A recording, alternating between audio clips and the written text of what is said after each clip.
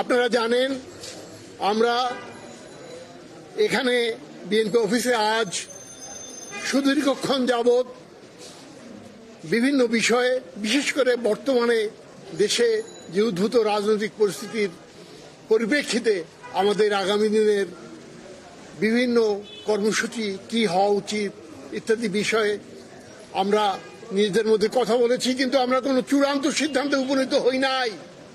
বিএনপির স্ট্যান্ডিং কমিটির মিটিং আছে, কাল পরশু তরশুর মধ্যে ওনারা সিদ্ধান্তে আসবেন।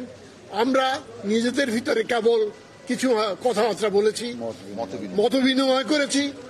সাংবাদিক বন্ধুগণ, আপনাদের কাছে আমি শুধু বিনীতভাবে এই কথাটুকুই বলতে চাই যে 12 দলীয় জোট এবং বিএনপি এবং দেশের ফ্যাসিবাদ বিরোধী যে রাজনৈতিক শক্তিসমূহ দীর্ঘদিন যাবৎ যে আন্দোলন করে এসেছে, আমাদের সেই আন্দোলনের এবং সেই ঐক্যের প্রয়োজনীয়তা ফুরিয়ে যায় নাই।